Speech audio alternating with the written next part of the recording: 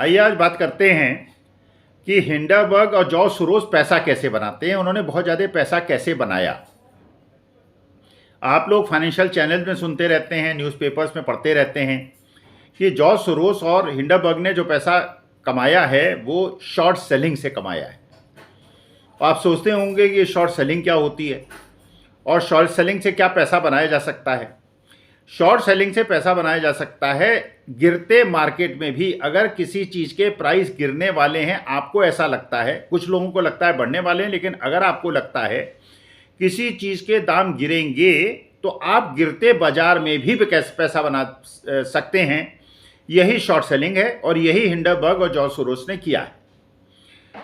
जैसे मान लीजिए आपने 100 रुपये का शेयर, आपको लगता है कोई शेयर 100 रुपये का है और 50 रुपये का 3 महीने में हो जाएगा। अब आपके पास वो शेयर नहीं है, आपके पास कोई डिलीवरी नहीं है, आपके पास पोजीशन नहीं है आपने, और ये मार्केट में व्यवस्था है फॉरवर्ड के माध्यम से, ऑप्शन के माध्यम से, कि आप ये कहें कि मैं इसको 100 रुपये में बेच रहा हूँ, इतने शेयर बेच रहा हूँ। किसी आदमी को लगता है कि ये बढ़ने वाला है, वो कहता है ठीक है, आपसे मैं 3 महीने के अंदर जो दाम होगा उसमें खरीद दूंगा। जब आपकी इच्छा है तब आप इसको खरीद लीजिएगा या मत खरीदिएगा, जो आपकी इच्छा है वो करिएगा। और वो आपसे एक प्रीमियम ले लेता है। तो आपने क्या किया, मान लीजिए 1 रुपये का प्रीमियम उसको दिया और आपने कहा कि मैं 100 रुपये का जो शेयर बेचूंगा वो कभी भी मैं खरीद बेच सकता हूँ, और उसके लिए मैंने आपको 1 रुपये दे दिया। अगला कहता है ठीक है, 1 रुपये मिल गया, मुझे कोई परेशानी नहीं है। अब आप क्या करते हैं, 3 महीने तक वेट करते हैं और आप देखते हैं अगर मार्केट 100 से 105 हो गया तो आप कोई एक्शन नहीं लेते, आप खरीदने के ऑब्लिगेशन से बाहर हो जाते हैं, आप ऑप्शन को जो है यूज़ नहीं करते, आपका केवल 1 रुपये का नुकसान होता है। लेकिन अगर मान लीजिए 50 रुपये का शेयर हो जाता है तो आप क्या करते हैं, 50 रुपये में खरीद के जो 100 रुपये में बेच के आपने डील की थी उसका आप स्क्वायर ऑफ कर देते हैं। तो आपको क्या होता है, 50 रुपये जो गिरने की वजह से आपने कमाया और 1 रुपये का आपने प्रीमियम दिया, तो आपने 49 रुपये कमा लिए। ये होती है शॉर्ट सेलिंग। यही जॉर्ज सोरोस ने किया था जब उसे लगा था कि जो ब्रिटिश पाउंड है वो बहुत ज़्यादा गिरेगा। तो उसने क्या किया, ब्रिटिश पाउंड जो है लार्ज नंबर में बेच दिए, कोई पोजीशन नहीं था, उसने लार्ज नंबर में करोड़ों रुपए के पाउंड बेच दिए। और जब पाउंड गिरा तो उसने खरीद के पोजीशन बना के और कम से कम $1.5 बिलियन कमा लिया। यही शेयर मार्केट में होता है, यही कमोडिटी में होता है, यही करेंसी में होता है।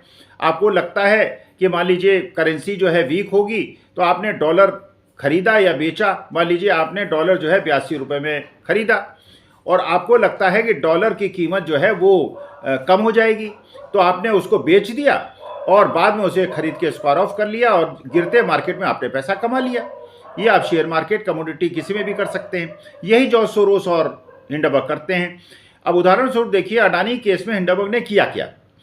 अगर अडानी ने ये अवसर समझा कि इसके अंदर कुछ कमजोरियां हैं इशू के अंदर, और उसने मार्केट में लाखों करोड़ों रुपए के शेयर्स, मान लीजिए, इमेजिन कीजिए, बेच दिए, और उसके बाद उसकी रिपोर्ट जारी हो गई और उसके बाद मार्केट 60% गिर गया, तो उसने क्या किया कि मान लीजिए 1 करोड़ शेयर जो हैं उसने 3,500 रुपये में बेचे थे और 1,500 रुपये में खरीद लिए। तो डिलीवरी ना लेनी पड़ी ना देनी पड़ी, लेकिन उसने बड़ा भीषण पैसा कमा लिया। ये शॉर्ट सेलर करते हैं, ये शॉर्ट सेलिंग होती है।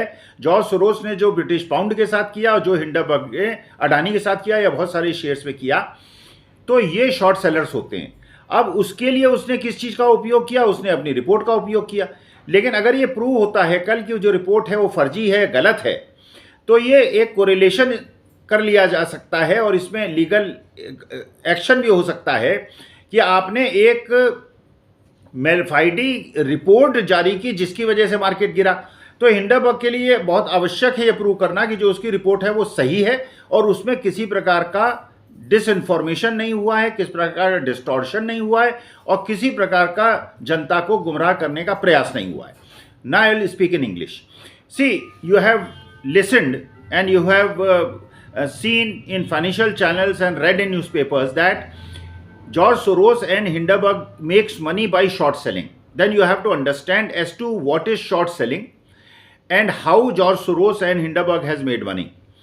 So the basic issue is that what George Soros did, that in those times when he thought that the British pound will become very weak or will fall lower, he sold a certain amount of pounds and then bought at a lower price to make money.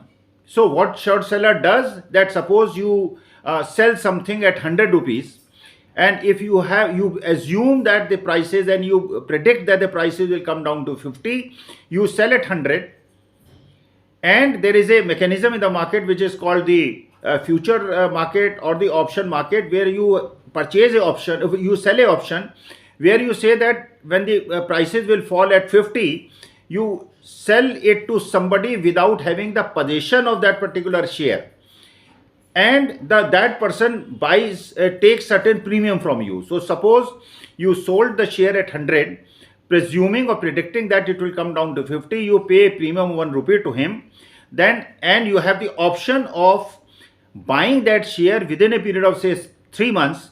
Then if suppose the share prices go up to 102, you will not exercise your option, you will lose only that amount that you have paid as premium.